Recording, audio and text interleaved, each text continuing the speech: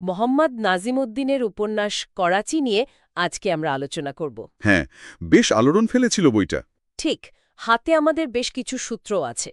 তো এই সূত্রগুলো থেকে গল্পের ভেতরের ব্যাপারগুলো একটু বোঝার চেষ্টা করা যাক, কি বলেন? অবশ্যই, এটা তো শুধু একটা শহরের গল্প নয়, তাই না? এর ভেতরে অনেক স্তর। একদম, সহিংসতা, প্রতিশোধ, মানবিকতা আর শেষে গিয়ে এক ধরনের রূপান্তর, একটা জটিল আখ্যান। আর করাচি শহরটা, ওটা কিন্তু শুধু ব্যাকগ্রাউন্ড না। না না, সেটাই, নিজেই যেন একটা চরিত্র।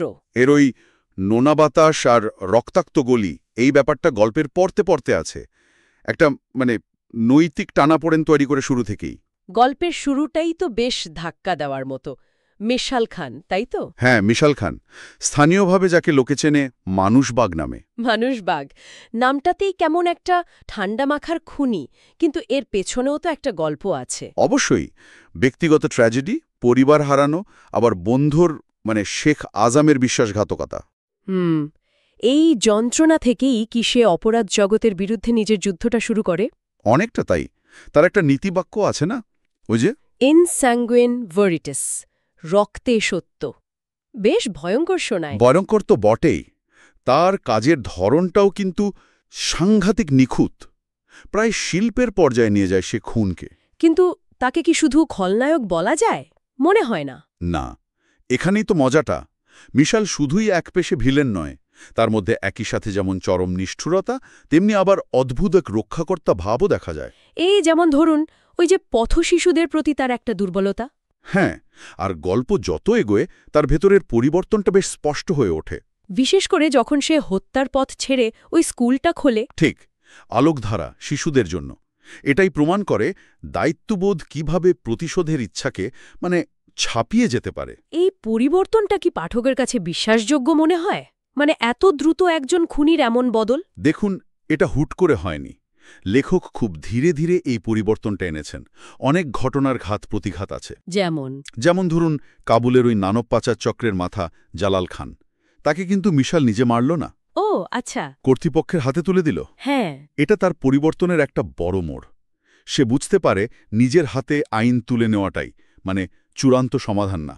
মিশালের এই অন্ধকার জগতের একেবারে উল্টো দিকে যেন দাঁড়িয়ে আছে তাসনিম রহমান, বাংলাদেশি সাংবাদিক। একদম, মানব পাচার চক্রের তদন্ত করতে করাচি আসে সে। তাসনিমের চরিত্রটা গল্পের নৈতিক কম্পাস, তাই না? হ্যাঁ, অনেকটা তাই, যদিও শুরুতে তার মধ্যেও একটা দ্বন্দ্ব কাজ করে। ঠিক, সাংবাদিকতার দায়বদ্ধতা নাকি বিপন্ন মানুষগুলোকে বাঁচানো, কোনটা আগে? এই দ্বিধাটা খুব বাস্তব। শেষ পর্যন্ত সে কোনটা বেছে নেয়? শেষ পর্যন্ত তাসনিম কিন্তু সাংবাদিকতা ছেড়ে দেয়, ঢাকায় ফিরে আসে। তাই তারপর পাচার হওয়া মেয়েদের পুনর্বাসনের জন্য পুনর্জন্ম নামে একটা এনজিও খোলে। বাহ, তার কলম ছেড়ে সে সরাসরি অ্যাকশনে নামল।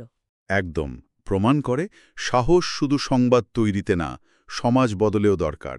ওর একটা টেড টকের বক্তব্য ছিল, মনে আছে? কোনটা? করাচি আমাকে শিখিয়েছে প্রতিরোধী ভালোবাসা। খুব শক্তিশালী লাইন। সত্যি। আর মিশালের সাথে তার সম্পর্কটা, ওটাও তো গতানুগতিক না। না, একেবারেই না। এটা প্রেম নয়, আবার বন্ধুত্বের থেকেও বেশি কিছু।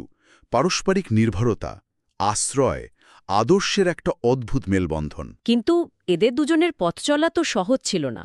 একদিকে যেমন সোহাব সরদার, রফিক মুন্সির মতো অপরাধীরা, অন্যদিকে দুর্নীতিগ্রস্ত সিস্টেম, মেয়র, পুলিশের ভেতরের লোক, আর তার সাথে আন্তর্জাতিক ষড়যন্ত্রের জাল।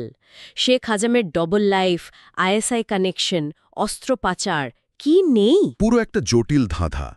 অপসিন্ধু বা শূন্য ছায়ার মতো মিশনগুলো এই লড়াইয়েরই অংশ। আর এই সবকিছুর কেন্দ্রে যেন শেখ হাজম, মিশালের অতীতের মূল ভিলেন। ঠিক, একদিকে সে আইএসআই কর্মকর্তা, আবার অন্যদিকে এনজিও পরিচালক সেজে মানব পাচার, সন্ত্রাস কি না করেছে। তার মৃত্যু কি গল্পের সব সমস্যার সমাধান করে? না, এখানেই তো বাস্তবতার ছোঁয়া। আজমেরের মৃত্যু একটা বড় ঘটনা, কিন্তু সংঘাত পুরোপুরি শেষ হয় না।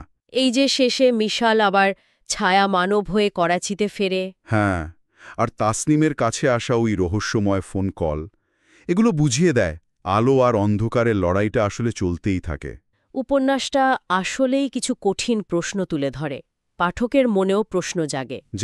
যেমন এই যে সহিংসতার পথে হেঁটে কি আসলেই ন্যায়বিচার পাওয়া যায়? প্রতিশোধ কি মুক্তি দেয়? বা রাষ্ট্রের ব্যর্থতা সাধারণ মানুষকে কতটা অসহায় করে তোলে। বা অস্ত্র হাতে নিতে বাধ্য করে। মিশালের মতো চরিত্রগুলো আমাদের এই নৈতিক ধূসর জায়গার দাঁড় করিয়ে দেয়। এখানেই মনে হয় উপন্যাসটার সার্থকতা। মূল বার্তাটা কি তাহলে এটাই, যে প্রতিশোধ নয়, দায়িত্ববোধ? আমারও তাই মনে হয়। দায়িত্ববোধই শেষ পর্যন্ত সমাজ বা শহরকে বদলাতে পারে। ঘৃণা দিয়ে নয়, ভালোবাসা আর একে অপরের পাশে দাঁড়ানোটাই আসল শক্তি।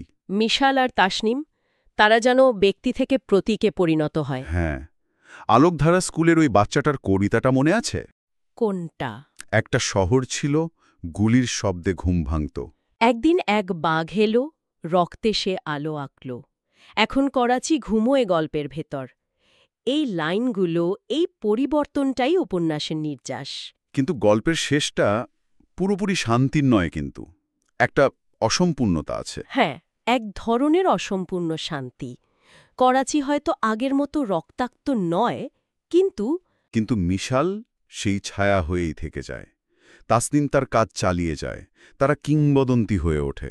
একদম, তাদের গল্প বিশ্ববিদ্যালয়ে পড়ানো হয়।